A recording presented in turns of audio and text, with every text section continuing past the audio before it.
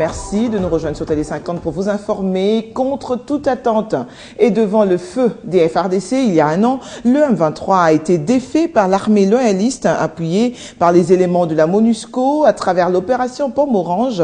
5 novembre 2013, 5 novembre 2014, à ce jour, le mouvement rebelle du M23 n'existe plus. Mathieu Kamango nous retrace la chronique de ce mouvement rebelle jusqu'à sa défaite. Vendredi 25 octobre 2013, l'armée congolaise soutenue par l'ONU marque le point face à la rébellion, le M23.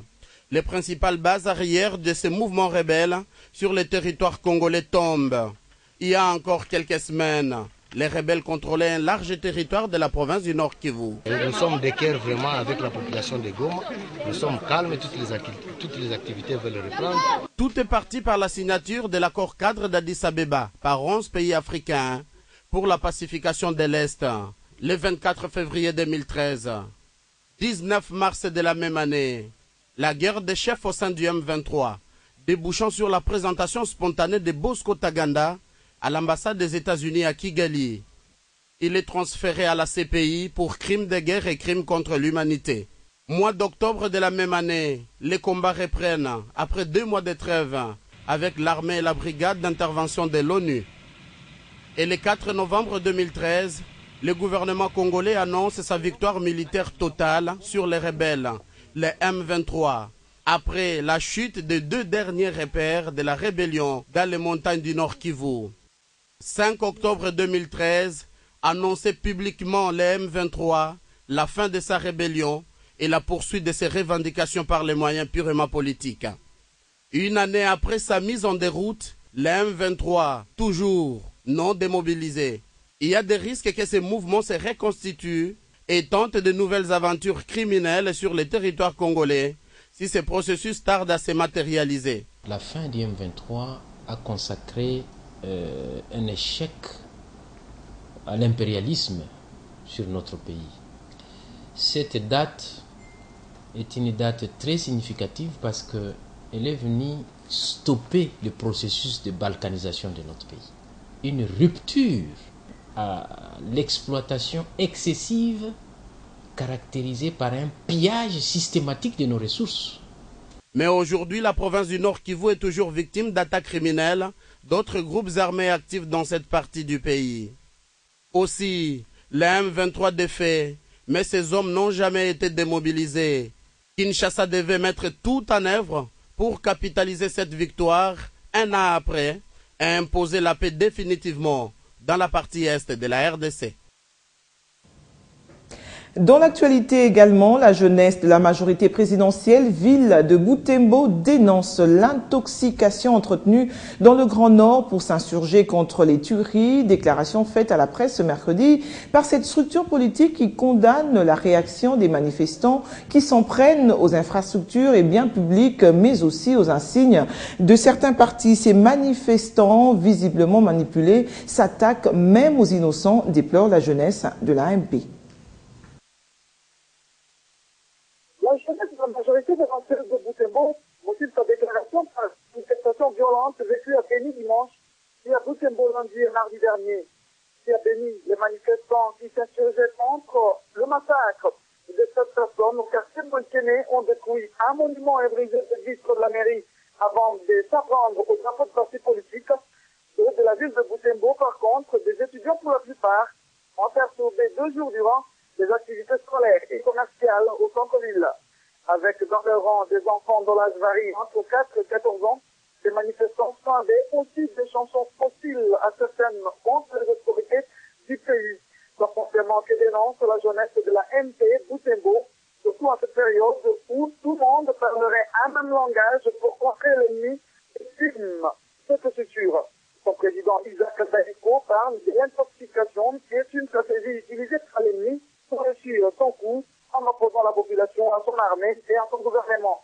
De son côté, M. Mouindo Azora, porte-parole de la jeunesse de la MPR Butembo, appelle les citoyens du Grand Nord à plus de vigilance et prudence pour être en mesure d'anticiper toutes les stratégies de l'ennemi. Les autorités du pays sont d'ailleurs déterminées à éradiquer, rappelle-t-il. La jeunesse de la majorité présidentielle à Butembo revient donc population du Grand Nord de la province de Nord Kivu, ce n'est pas tombé dans le piège de l'ennemi, ni mieux ceux qui veulent à nouveau perturber la paix et la sécurité à Béni en particulier, et sur l'ensemble de la province de Nord Kivu en général. Béni, Marcel Mendelo, Radio Télé 50. Un invité dans ce journal, c'est le maire de la ville de Bukavu, au Sud Kivu, M. Philémon Lutombo Yokolela. Avec lui, nous allons parler développement dans la ville, mais aussi des questions liées aux aspects sécuritaires. Bienvenue. Merci. Monsieur le maire, dites-nous pourquoi ou qu'est-ce qui explique votre présence ici à Kinshasa? En fait, merci beaucoup pour la question. Je suis à Kinshasa pour participer à la 34e Assemblée générale des maires, qui est organisée par l'Association internationale des maires francophones. La ville de Bukavu est membre de cette association et voilà ce qui explique ma présence ici. Et je ne suis pas seul, il y a mon gouverneur aussi qui est invité à ces assises et qui vont se terminer d'ici vendredi.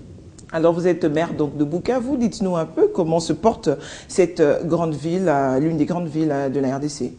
Oui, je dirais que pour le moment Bukavu se porte bien sur le plan sécuritaire, nonobstant quelques cas, n'est-ce pas, d'insécurité par-ci par-là, causés par le banditisme, qui se traduit souvent par des extorsions, n'est-ce pas, ou alors des assassinats quelquefois, et même des enlèvements. Mais sinon, sur le plan de la sécurité en général, la ville en tout cas se porte très bien. Et cela s'explique aussi par même le développement sur le plan économique. Nous sommes en train d'assister à Bukavu à des constructions, par exemple des hôtels, n'est-ce pas, et construction de bateaux. Hein. Vous savez, nous sommes une ville qui est au bord du lac. Le lac est entre nous et la ville de Goma. Et l'essentiel des trafics, c'est par des bateaux.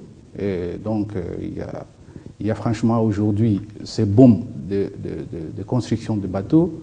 Il y a de l'autre côté, n'est-ce pas, des magasins.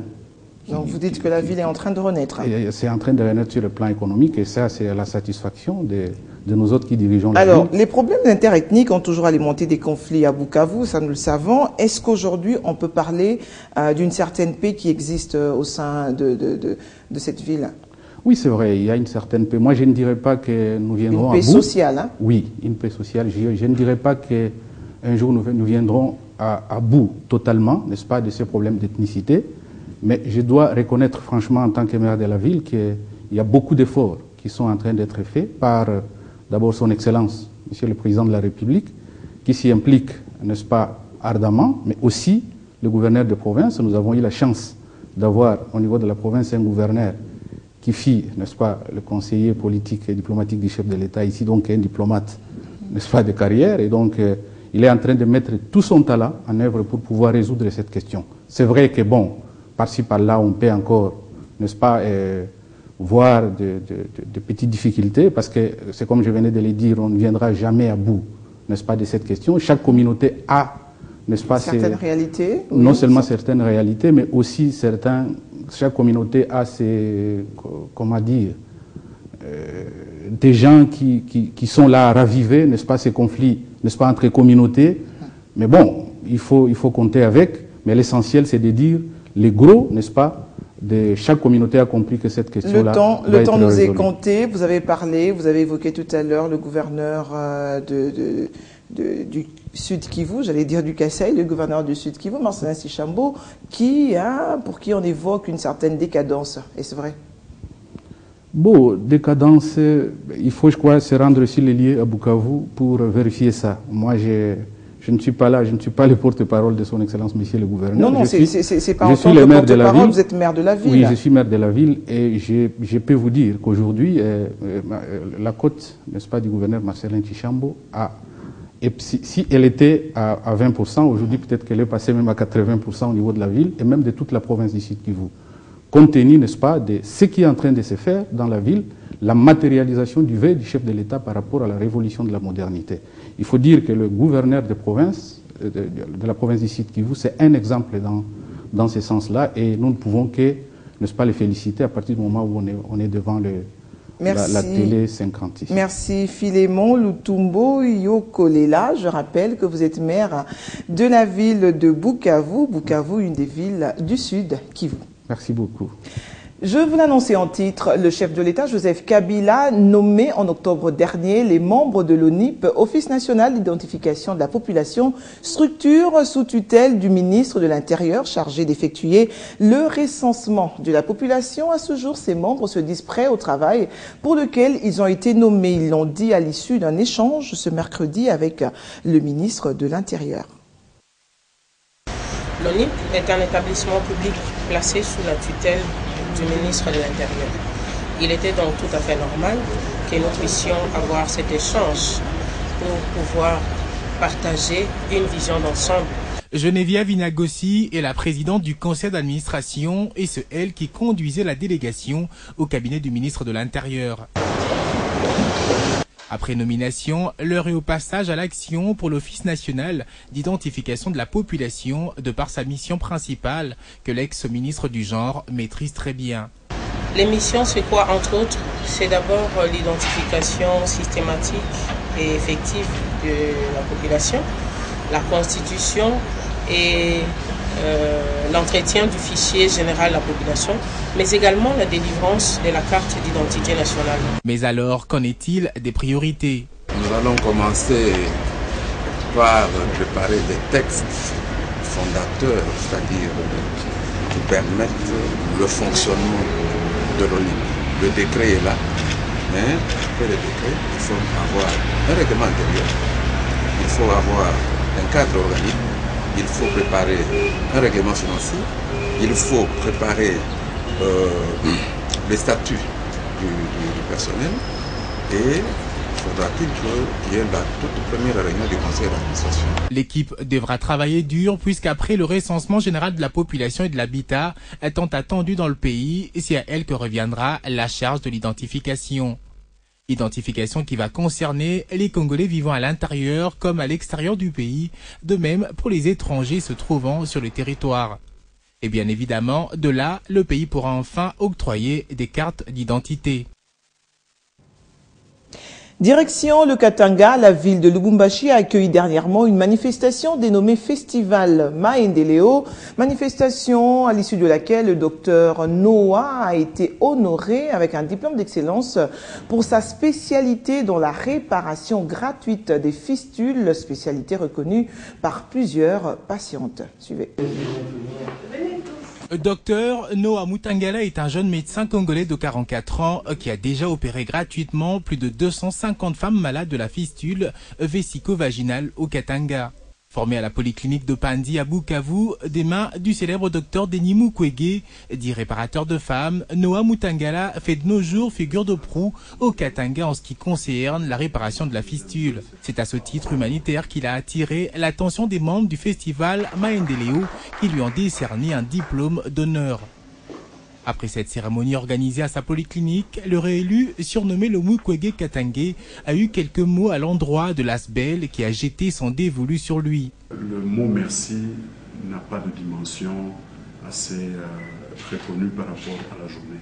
Ce diplôme me remettra toujours en question vis-à-vis de ma pratique, vis-à-vis du personnel avec lequel nous entrons dans cet aspect humanitaire. C'est depuis 2009 que le docteur Noah répare les femmes, et ce à l'aide de certains partenaires, dont Karine Katumbi et l'UNFPA. Son ONG Hope espère l'arrivée d'autres partenaires. Et en sport, la jeunesse sportive Groupe Bazano de Lubumbashi a un nouveau comité issu de l'Assemblée générale élective tenue dans la ville cuprifère et pour un mandat de 4 ans et avec le maximum des voix, l'ancien vice-président Kassongo Mabwisha prend la tête du club avec comme objectif premier le maintien de la division 1. Décor planté, le culte africain respecté avec ses pas de danse folklorique pour annoncer la tenue de l'Assemblée générale élective du groupe Bazano.